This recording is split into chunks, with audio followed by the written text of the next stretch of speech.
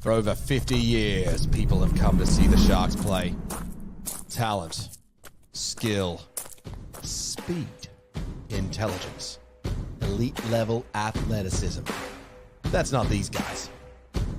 Biased, one-eyed, opinionated, more often wrong than right. They make up for their complete lack of talent with pure dribble, gibberish, and enthusiasm. This is the ET Stand Podcast.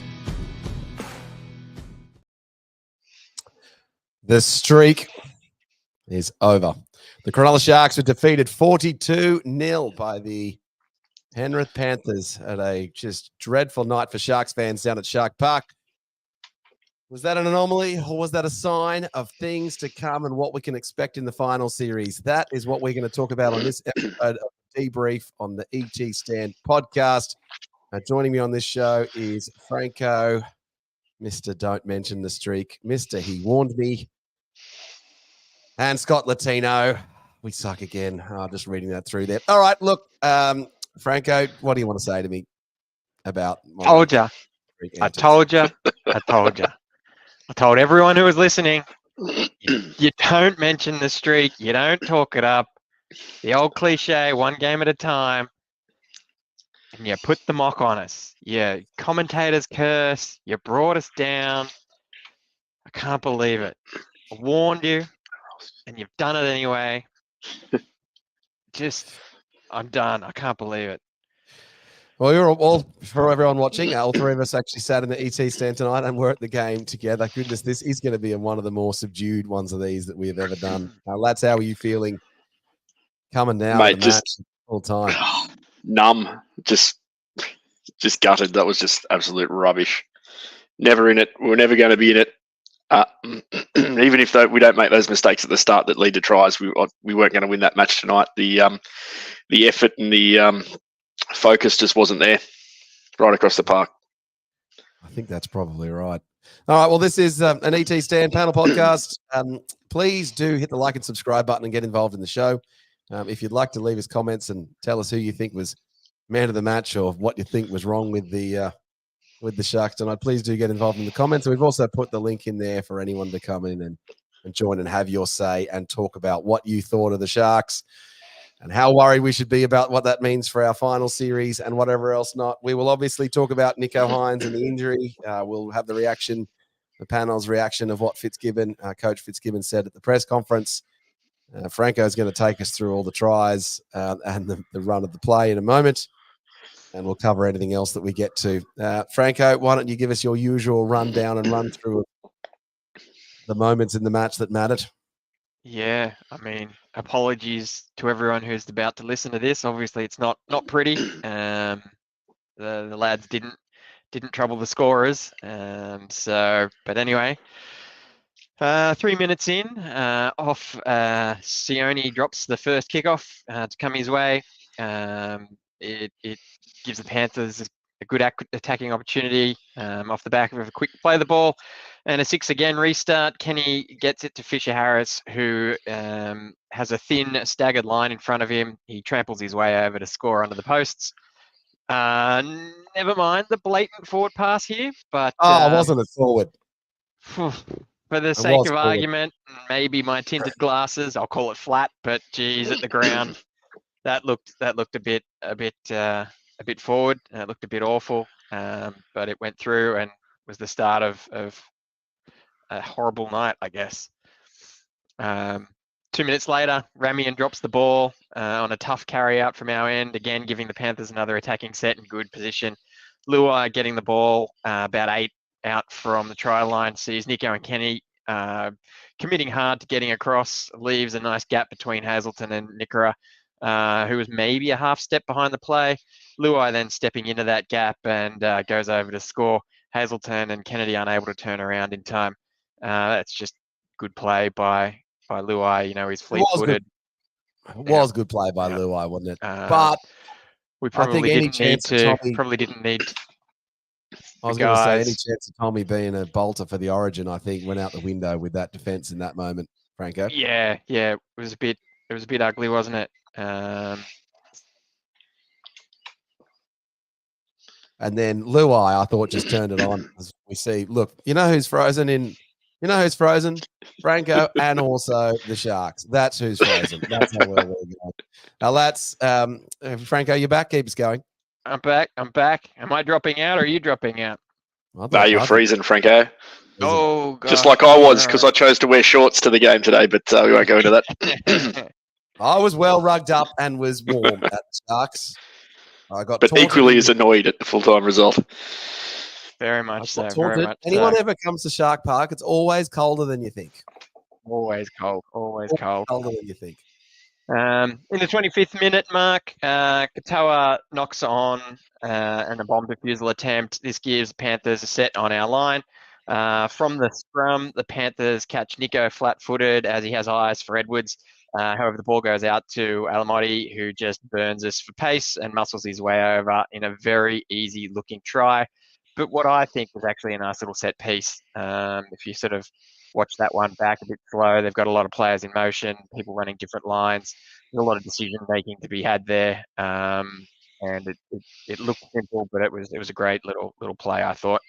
Obviously, yeah, it's never good when something looks like that, where a player basically untouched just out from the post. But yeah, it was a good one.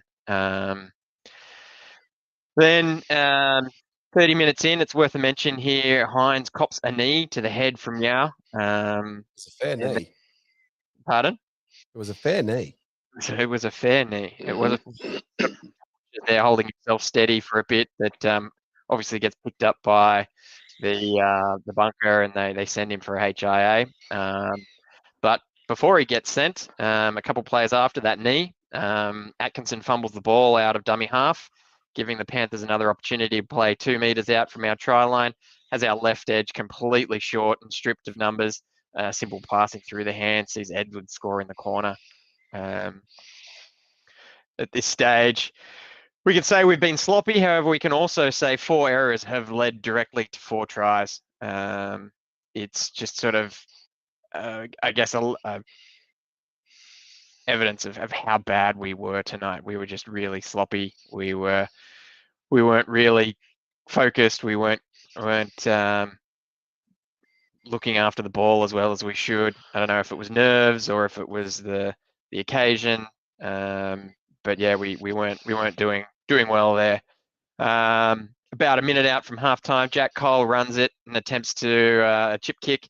It ricochets off Euro's shoulder and into a perfect spot for Cole to regather and score untouched at halftime. We're 28-0, and it's fortunate for them that try was fortunate.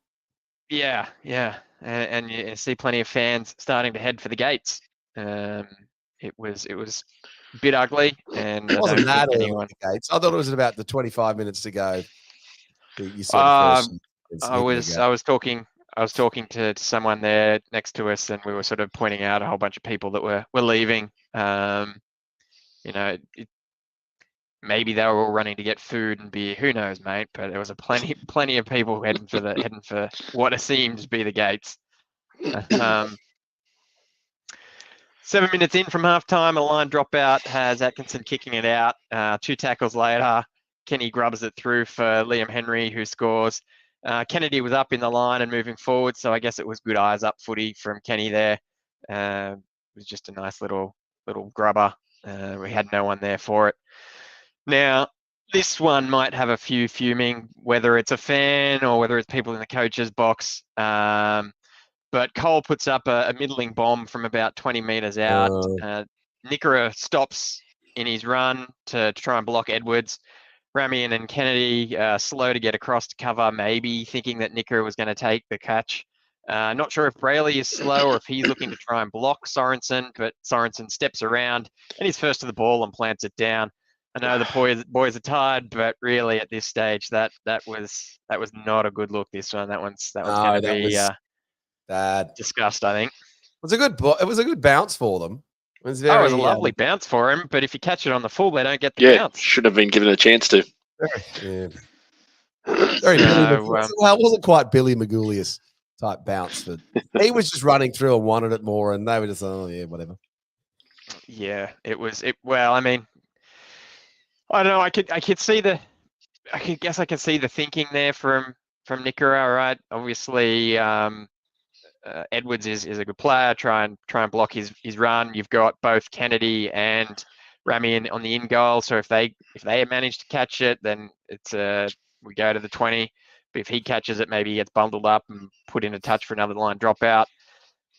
I don't know if I'm giving him excuses, but those are possibly some of the things that might have been running through his head there. But really, yeah, in that scenario, just snaffle that ball. I don't think Ramian or Kennedy were close enough. Take the hit, but anyway, we go another 4 points down. Panthers then rounded out with a penalty kick. Edwards nailing that along with 6 of 7. The final score is 42 blot. Slow start, too much of a leg up, or just never in it. Maybe a bit of all three. I think that's probably right. I just want to quickly highlight a comment that's come through. I just want to say, if this is who I think it is, I am so sorry that you got drawn sitting in front of us. I've been meaning to say it to you, Kylie Green, for years. Poor Kylie and her buddies sitting in front of us in the ET stand. And yes, I was very silent during this game. It was just an absolute shocker. It's just dreadful to watch, dreadful to be at the game. Mate, even with the results, probably the most she's enjoyed a game. Imagine the poor people in front of me. I'm just so sorry, Kylie Green. We will have you on this show or give you a present or a cuddle at any ever time you ever ask. And then our old longtime friend, SJD. Well, actually, let's just start with this one. SJD was so annoyed with the match, he started typing and then stopped. And then he actually finished. I think that might have been an "I believe," and he's just cut it short because he just doesn't believe anymore. So after 5 minutes of that game. SJD's come through with a comment. I feel a bit like my old dusty pen, sad and lonely, but still on top of the table. We are still on top of the table. All right. Well, look, let's get into it. Geez, the socials were going off. Lats, have you got any highlights? Oh, mate, it was I've got a few. Oh, goodness, it's going nuts. It's going crazy, mate. Everyone's off it. They're I haven't been able to see too much. I've only just gotten home myself. But mate, they're just from the get go, they were filthy. I was looking at it half time, and everyone was just off the team, and the team were off the team. So what do you expect? You wouldn't expect anything else. The hot topic, Nico. So let's just start with this. And I like good decision making, Franco. Mm-hmm. Was it the right decision to not put Nico back on? Given the scoreline, given what we know now. At the time, we thought it was just a strategic choice, but my understanding is that Nico went off for the HIA, and the 15-minute cool down is what meant that the calf was not in a position for him to go back on. That being the case, yes or no? Maybe that was what it was, but perhaps, look, if I was pulling off Nico, I'm not. He's handsome. I'd be doing pretty well. But if I was taking Nico off the field, not putting him back on because I thought the game was over, that could make the blooper reel that one. If I was doing that, then I would certainly not admit it to the media that, we decided not to put him on, because then that makes that the Fitzgibbon throws game doesn't try. Right call, Franco, or not? No, absolutely, that was the right call. There's no reason to think that team is unable to perform without Nico in that sort of scenario, given that we beat the Storm with that very same team, right? McInnes running in in the halves, Atkinson taking control, and Talakai sort of at lock there. Or Jack Williams, between the two of them. So it's absolutely the right call. We know it's tender. We know that injuries happen with cold, sore muscles. Don't want to try and risk that. I don't even think Origin was a consideration in that decision. That was just a smart call not to put him at risk, and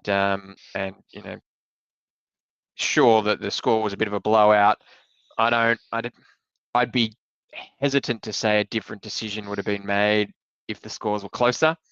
There's a little bit of they might have tried. Wasn't in the room, and that's a bit of a hypothetical, but you'd say that the right decision was made there.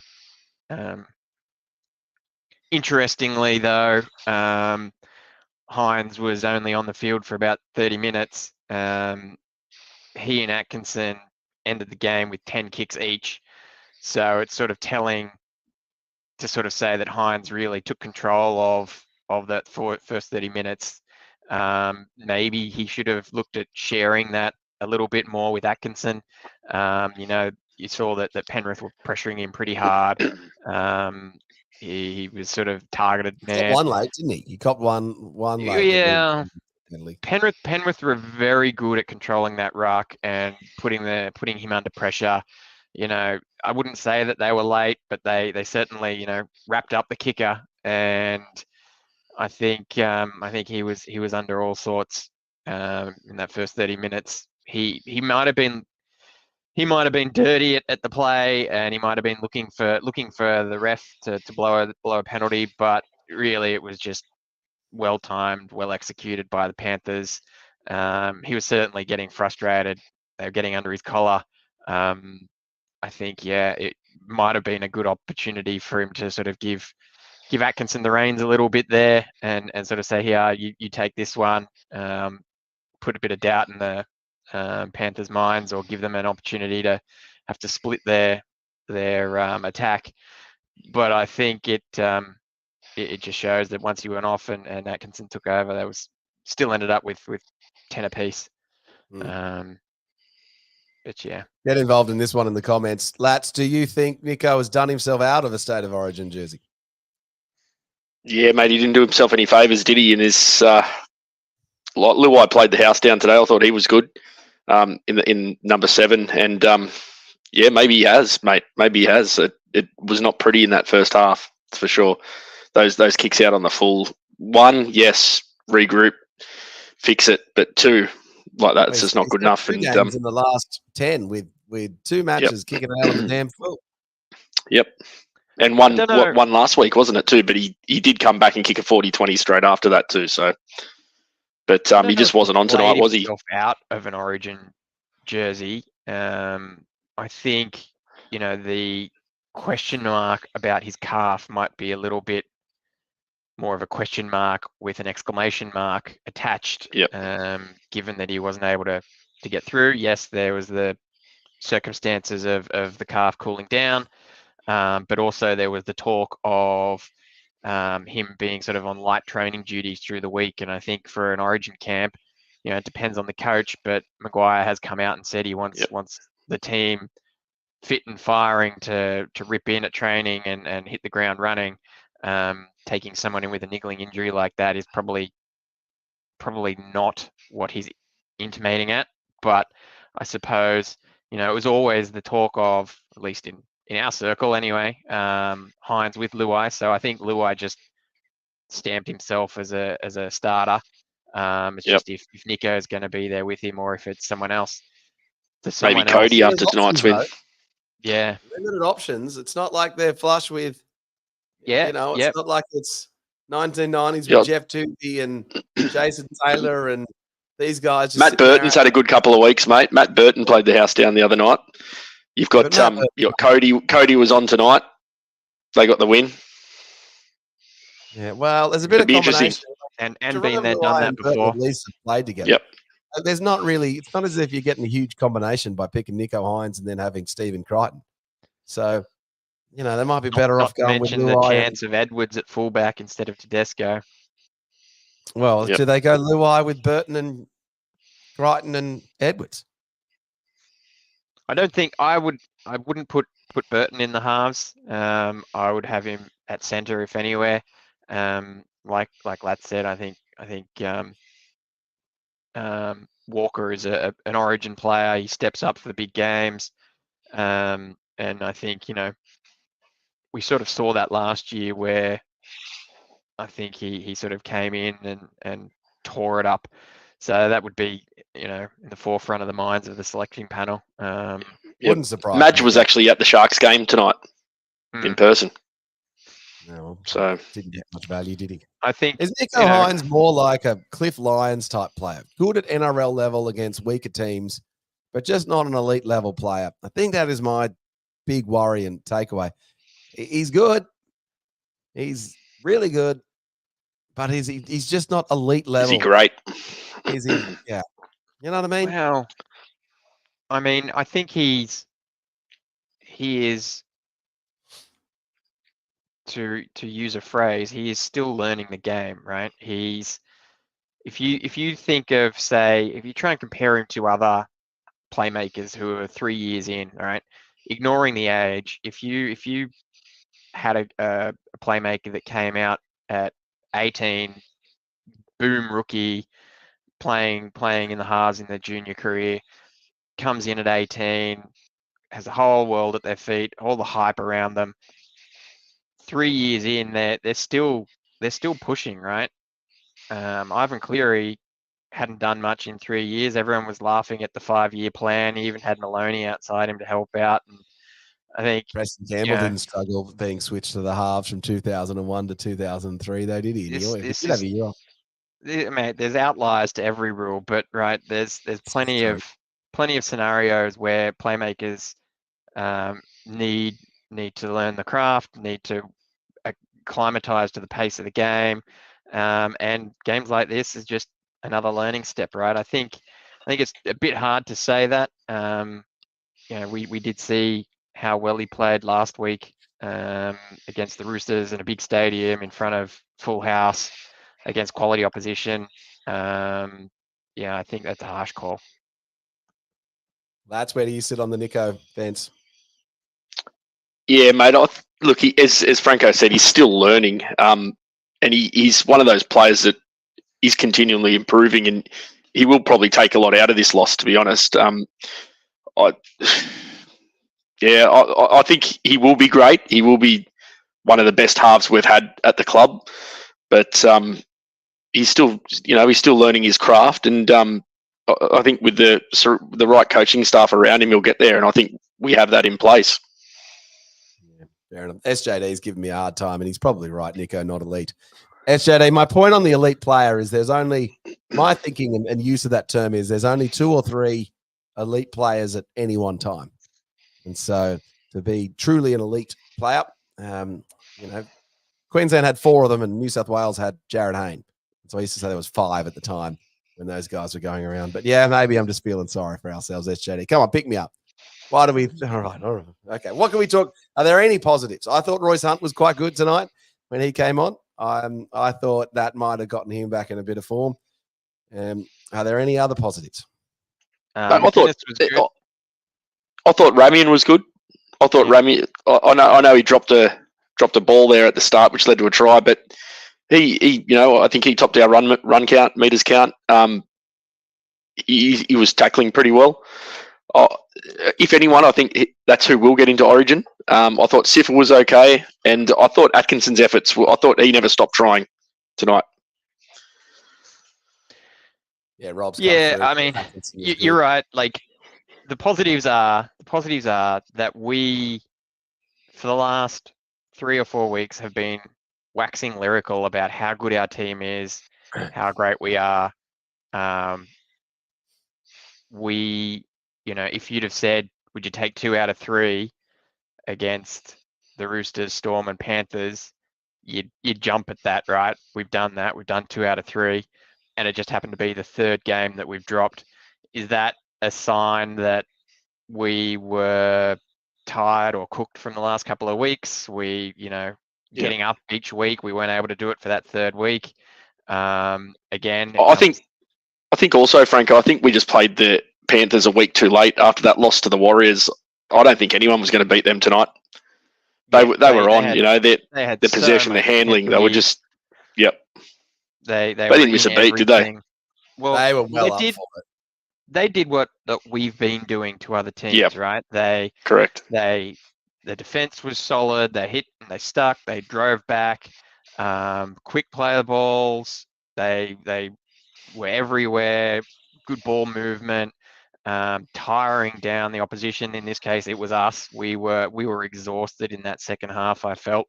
We were doing I thought a really good job to restrict them to what they did in the end. Our guys were totally buggered, I thought. But I mean, look, if you look at the stats, we had, what is it? I've got some quick notes here. 40% possession, only 68% completion rate. So 16 errors. We've shot ourselves in the foot there, right? The other time we had terrible completion rate like that was against the Tigers, and we saw what happened. And the Panthers are a way better team than the Tigers. So Yep. 57 Rob's missed come through with tackle. this one, Franco. I thought this was telling on the stats. It was the Wrestle in there. slowed out, Yep. play the balls. It was like watching Naughty Storm. They did do that very well. And what's the? I think the stats. Yep. What 3.3 ruck time to 3.5 of the Sharks is quite a lot of time. Yep. Yeah. These 6 agains are killing us too on late in the tackle count. Like, how many have we had of those in the last 3 weeks? Yeah, but I think the takeaway is that I don't think like we should be worried that the Panthers beat us. Like, I don't think that they unlocked our defense and gave other teams something to look at and mimic to ruin our season. I think it was just that we kind of ruled ourselves a bit. We dropped balls, penalties, lack of intensity, maybe. It's something that I don't think that, go up against the next team, they're going to kick to Katoa every time and we're suddenly going to lose, right? It's nothing like that. I think that's a positive. And you know what? If we'd have gone through to the end of the season and won every game except for the Tigers, I might have been a bit upset about that. So I'm okay that this is a bit of a wake-up call. It shows that we're not perfect and we've still got work to do, and we need to keep training, keep working hard. I think you're right. I think you're right, Franco. The fact that it doesn't, like, losing to the Panthers, it's not a bad thing after the last couple of weeks we've had, but the way we lost to them, we were never in it.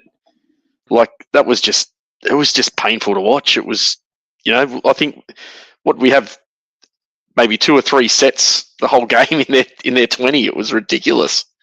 We just never clicked into our groove. We never got into our game. No. Well, they just got done by the errors early, didn't they? And yeah. Yep. I mean, we also had hardly any possession inside their 20, right? I think, what do we get, like 4 or 5 sets in their 20? 3 of those we dropped the ball. So I don't remember them dropping or making too many errors in that first half at all. I don't remember. No, they were on, they mate. were pretty good. And they must have copped an absolute hiding from Ivan last weekend or through the week. So that was just they were on song. They were utterly up for that game.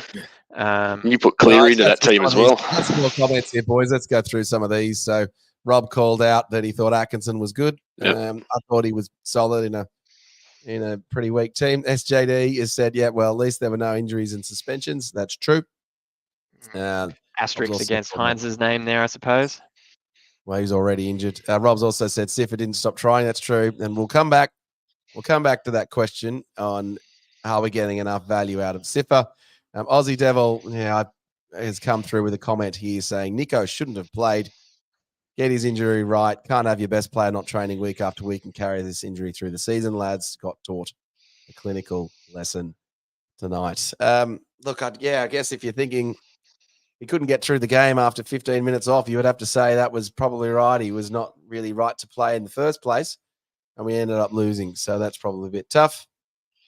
And then, Nathan has come through with we barely got out of our own half. It's one of those things that's always really frustrating for an impact benchy too, right? Like Tapua comes on after we've dropped the ball and he defends for, 10, 15 minutes and then goes off the field, right? That you want those guys to have their ball in hand. And yes, I think his second stint he came on and had a bit of a go and dropped the ball and whatnot. But it's just one of those things that it's like, oh, here we go. We got our impact guy on. He's going to change the game. And we're only 2 tries down at that stage, I think. And it was just all defense. It's like, oh, gosh. And SJD has learnt, SJD's comment here is things I've learned, we can't beat the Cats, Panthers this year. Or Tigers. Or Tigers, yeah. Both so Cats in general. Oh, yeah, right. I actually blame you for this one, Boldo. It was that black cat you put up in the in last week's show on Tuesday. That was Chris Kelly. Was it? Well, I blame Chris Kelly then. There's plenty of other ways of blaming Boldo, though. Yeah. singing the song after a minute and Oh, then that was After the kickoff? decent. No. score. That's Yeah. unlike Boldo. Yeah. What did we make of the Sharks? Look, we are the ET Stand podcast, and the ET Stand was very vocal tonight when we were down 42-0 with 23 seconds to go. The Sharks are given a penalty 8 meters out in front of the posts. Do we think that is just a lack of professionalism or just not forward thinking? Because the for and against in this competition is going to be close. And I didn't realize it, but Panthers are now second. And so by them beating us 42-0, that's not 42 points change. That's 84 points change. Yep. And so that makes an enormous difference. So their for and against now is leapfrogged ours. And we're back to the normal Shark position of terrible for and against. Franco, you know, I'm a big fan of taking the 2. In most circumstances, do you think what did you make of that? Or do you think they're just trying to score a try and save some face? Yeah, I think if you're concerned about 2 points in for and against, you're in trouble. I don't think you're taking the top of the 2 table is there. going to be close. Take what's on offer, mate. It's going to be And close. you haven't been held to nil. All right, look, here we go. It's going to be close. Correct, That's the only reason I would like to take the 2 is for the history Hold books on. and the This is the stats same makers. person who 5 weeks ago said that when we were 68-6 up, we should have taken the 2 to go to 70. Again, how is did you just hear what I said? Again, same reason. The stat makers and the history book writers, 70 points on 70's week round is great. 0 points is terrible. So you don't want a donut. So you take the 2 points to say they don't have people talk about the last time the Sharks got 0 points or whatever. That's the reason you do it, and that's not the right reason to do it. Doing I it think the right reason for to and do it is against. for and against. No, for and against, you don't do that. And by taking the tap to try and go for a try, you're proving that you haven't given up, right? If you took the 2, the game winds down, you kick 2, and who knows what press comes out of that. It's a silly. While it was a lot of fun, everyone yelling from the sidelines to take the 2. Plenty of emotion in that one as well, but I don't think you take the 2 there. Fair enough. All right. Tell us in the Agree to comments if you disagree. think they should have taken the 2 right at the end of the game or not. If we miss out on a place because of 1 point in the NRL this season, we will come back to this tape and we will see. Sounds good. Why did the Panthers take the 2? Well, that's because the Panthers know that the for and against is important, SJD. That's why they took the 2. No, they took the 2 because they were winding Queuing down the the clock. rack. They don't want And they're winding the injuries. clock. That's what they're doing. They were done. That too. All right. Well, look, we talked about State of Origin on last week's episode of the ET Stand podcast. Do we think any Sharks players will make the Origin? So we've talked about Nico. We've given our opinion on him. Will any other Sharks players make the Origin team now after that performance? Lats? Yeah, I still think Ramian will, mate. I don't think Nico will, though, to be honest. I really don't. You can't put a player in Origin that's got a niggling injury like that, not to mention the way he played tonight. I think Siffer may be off the bench also. Franko, same question. McInnes is in, I reckon. He's done. He's in. I don't think Ramian will be in. I think there's a lot of options out there. But you know what? He's certainly one that wouldn't surprise me, but I don't think he will be there. Well, maybe Franco, maybe they will go with Burton in the centres then if they do put someone like Cody Walker in the halves. Burton in the centres, just for that utility. And or if Walker is in the halves, right? Let's say you put Walker at 6.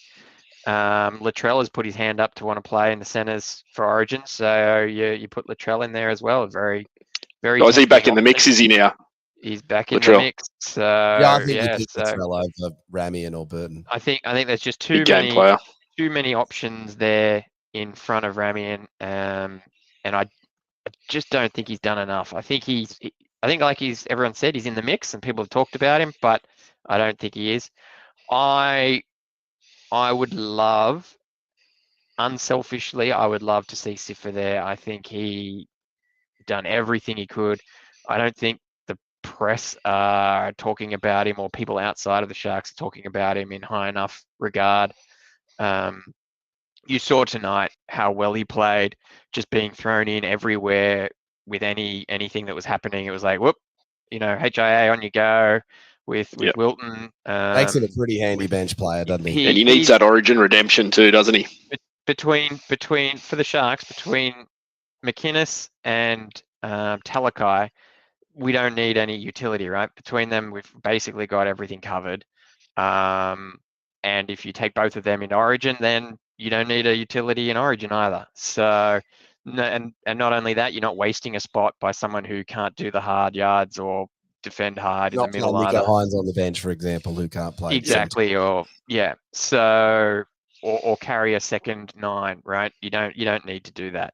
So I think McInnes is in. I'd like to see Talakai there, but I don't think he will. So yeah, my bottom line is I think McInnes is the only Sharks player named.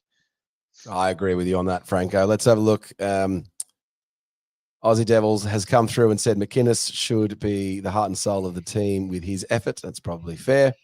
And also called out for us that the Latrell's on report. After he dropped, see what happens with that. Right. He got sent off. He got binned, didn't he? I believe for that. Jeez. Okay. Well, then maybe. So, Franco and I were too busy trying to desperately rewatch the Sharks Panthers match. Pay any attention to that to the South one, didn't they? Is that what happened? Yeah. South melted them. Yep. South one. All right. Well, I think Parra came while Latrell was off. I think Parra came back and scored about 3 tries and sort of brought it to within 6 or so points. But South kicked on with it. Right. And then Rob's come through with McInnes and Siffer in with Martin now out, maybe. And then SJD is accurately, I think, predicting that Suwali and Crichton will be the centers. It's not such a bad shout. Not a bad tip at all. I think. Different take, different question. A little bit of a controversial one I saw on the Cronulla Sharks forums. I'll go to you on this one, Lats. Did the Indigenous round jerseys and all of that discussion distract Nico, Ramin, and Kennedy, who all pretty much had bad games? No, mate, I don't think so. I just think Penrith forced us to have bad games tonight. I don't think it had anything to do with Indigenous round or, alternate jerseys or anything like that. These guys, they'll put in every day of the week for that Indigenous jersey.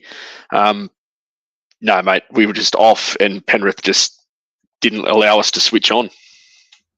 Yeah, no chance. I mean, they've all played for Indigenous All-Stars, right? They get up for this kind of thing.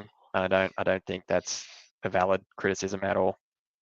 No, I think I probably agree with that. I don't think the jerseys make much of a difference. I tell you, the other thing I noticed on the forums was that the Panthers fans were calling out that they actually thought the Sharks' defense was pretty good, and the match could have been a hell of a lot worse. And in the second half, I guess, yeah.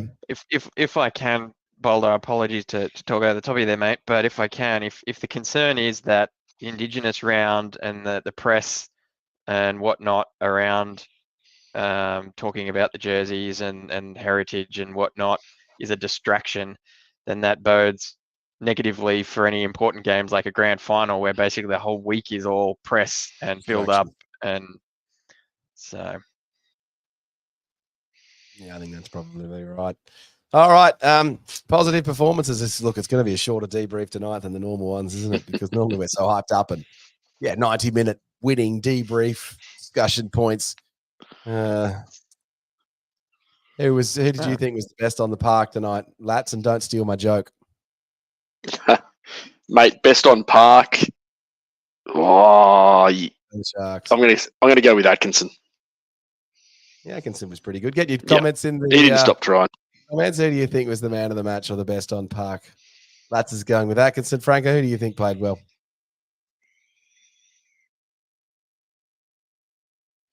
And Franco freezes up because he can't. He's back. All right. My goodness. Someone's jinxing me. What's going on there? Is it Lats's microwave again? Is that what's happening?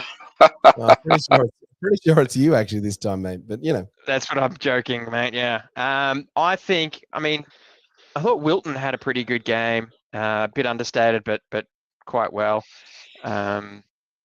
I also thought that, as we mentioned earlier, I thought Talakai did a great job. But really, I think probably McInnes gets my nod. You know, he was in everything, tackled like a machine. Did he top the tackle count this week? Sorry? He would have come close to topping the tackle count, did he? He was everywhere in defence. He did top the tackle count. He had a lot of hit ups. And again, similar to Talakai, with the HIAs and whatnot, got shifted around the park a bit and showed his versatility. So, yeah, McInnes gets it for mine. Fair enough. All right. Well, my take on who performed well on the look, Aussie Devils just come here with McInnes 56 tackles.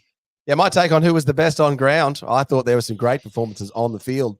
Firstly, from the great David Peachey. I thought his kicking at halftime was terrific. And he still got at the Peach. It was so good to see Peachy down at Shark Park, just getting involved. Everyone loves the Peach. Oh, goodness. Doesn't that guy? Imagine being a person in life that just gets that much positivity when you turn up somewhere. Everyone loves that guy. That guy is such a freaking legend. He doesn't look like he's aged a day. Oh, he's still fit as. I'm like, oh, goodness. A friend of mine actually played against Peachy in basketball at Sutherland, and they said he's just absolutely electric on the basketball. Yep. They're just like he's just a competitor, isn't he? Just a competitor, jumping around and lots of fun. And so, Rob, who was sitting with us, an English guy, I had to explain him the legend of the Peach. I said, oh, this guy was so cool. When he used to score tries, he used to put the ball 1 centimeter inside the dead ball line just to give all the Sharks fans a heart attack. And you always thought there was going to be one time in his career where he's going to stuff it up, but he never stuffed it up. Like, he's such a legend. So I thought Peachy was great, and it was good to see him involved in the halftime before, entertainment. And then I thought someone else who tried all night was on the ground and never stopped trying, despite getting absolutely nowhere, was you, Dane Wheeler. I thought I was waiting for that. For a 42-0 loss, I thought, Dane Wheeler, well, you just didn't stop trying. Goodness, imagine being the ground announcer at that. Oh, he's like, come on, Sharks fans, let's get going. And then, it was a pretty quiet crowd, that's for sure. Oh, yeah, after halftime. Oh, it's just so bad. So anyway, that was, but yeah, other than that, I thought Royce Hunt was quite good. And I thought the positive for mine that was coming out of it, he did have a shocker a couple of weeks ago. So it's good to see you get going, Royce.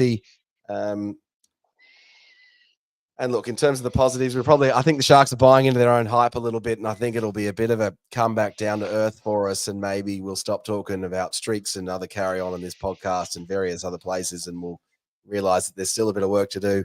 I was starting to believe that maybe the Sharks could win, but I think it's next season when we get Adam Fanua-Blake into the Aiden Fanua-Blake. Or this season.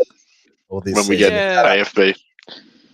Look, I'm not putting the ruler through this line. There's a lot of water that got around the bridge between now and that's true. And October. I'll learn a lot from this. I think so. No, it's a reality check, that's for sure. Put a bookmark here and come back to it and check out the lessons learned in a couple of months' time. But I think it's just a shame that it had to happen at Shark Park. We like the Fortress. We like it to sort of dominate and in front of our home fans.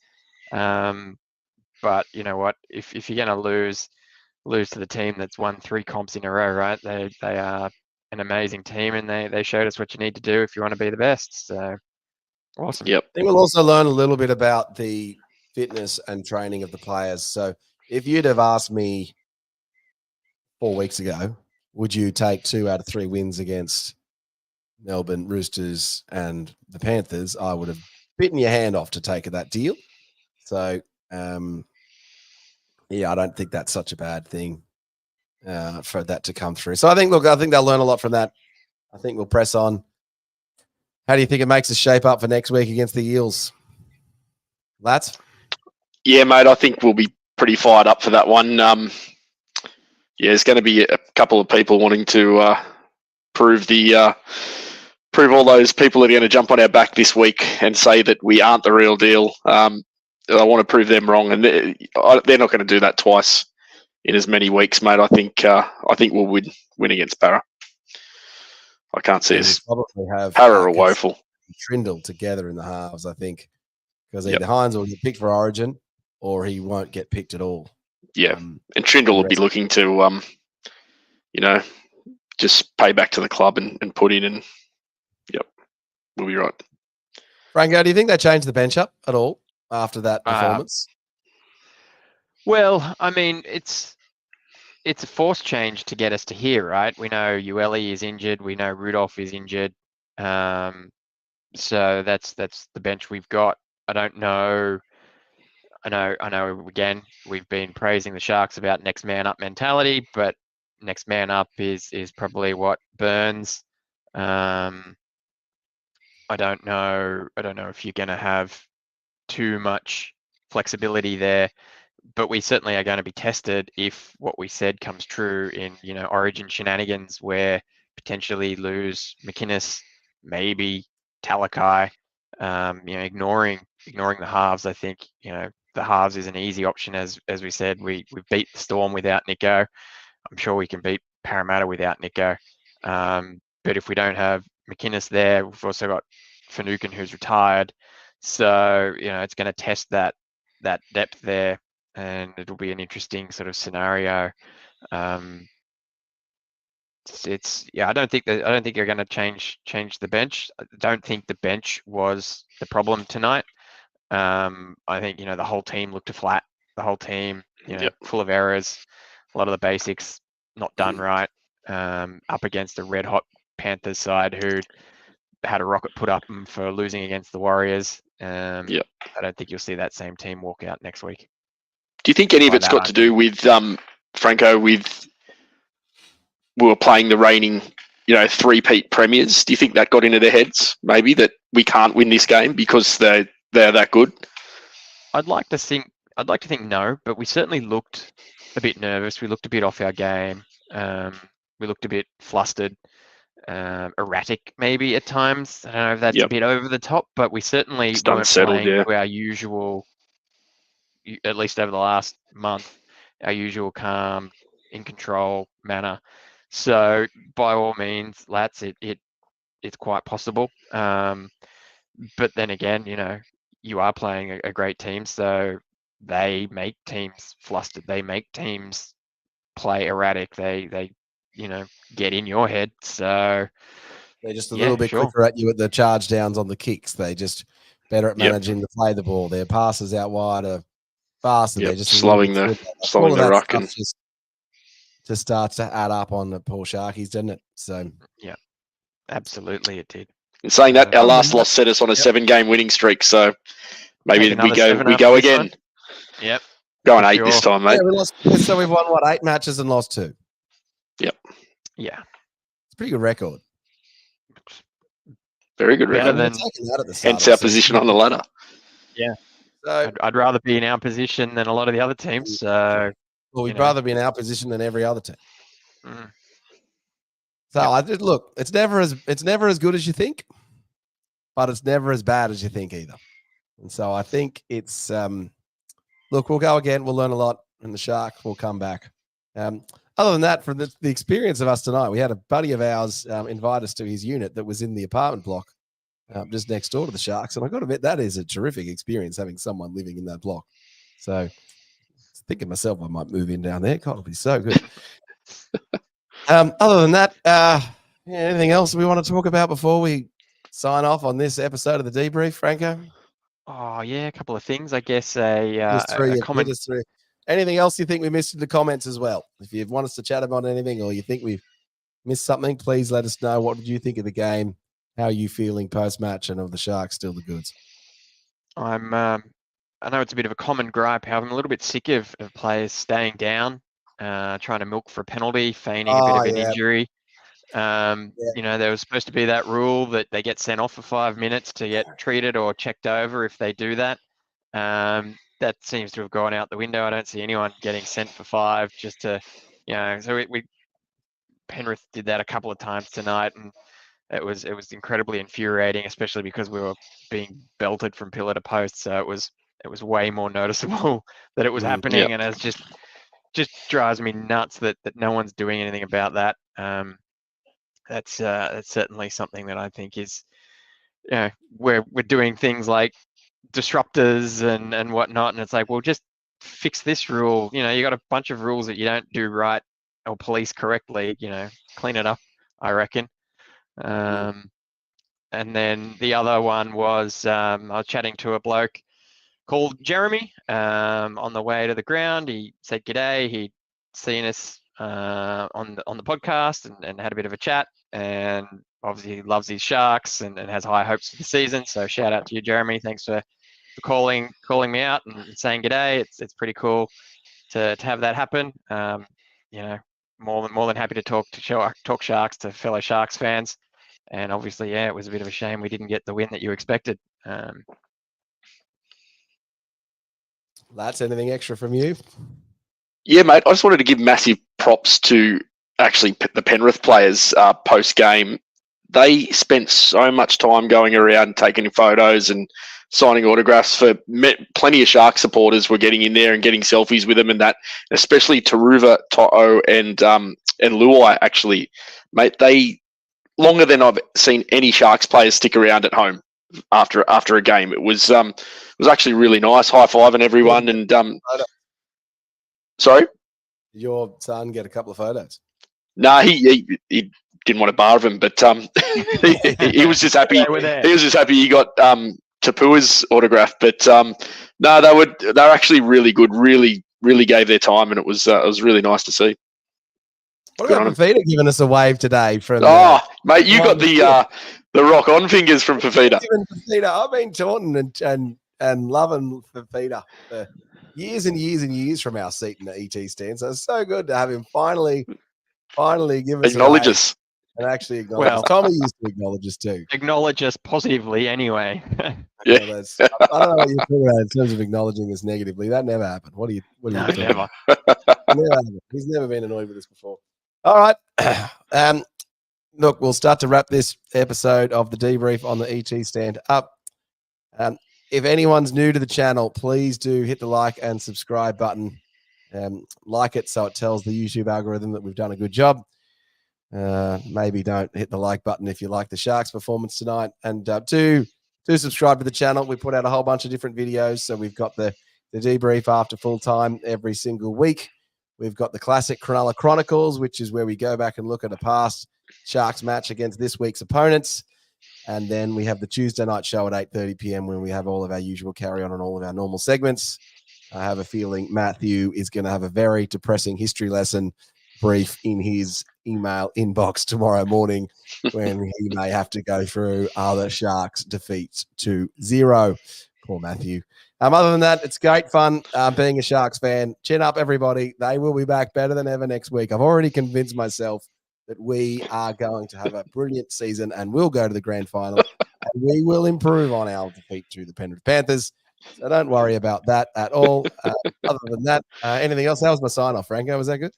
It was pretty good, mate. Yep. Like, subscribe, comment down below. We'll get to you. Oh, yeah, comment down below. And then, can someone tell us if they would like us to be on any mediums other than Spotify and YouTube and Facebook? We're playing around with the idea of Apple at the moment, aren't we, Franko? It'd be quite good. Mm-hmm. So, and we've got some more fun stuff coming as well. All right, fans, that was, and friends and Sharks lovers, that was the ET Stand podcast of the debrief. I will see you Tuesday night for the regular show. Up, Cronulla.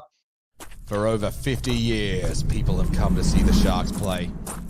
Talent, skill, speed, intelligence, elite-level athleticism. That's not these guys. Biased, one-eyed, opinionated, more often wrong than right. They make up for their complete lack of talent with pure dribble, gibberish, and enthusiasm. This is the ET Stand Podcast.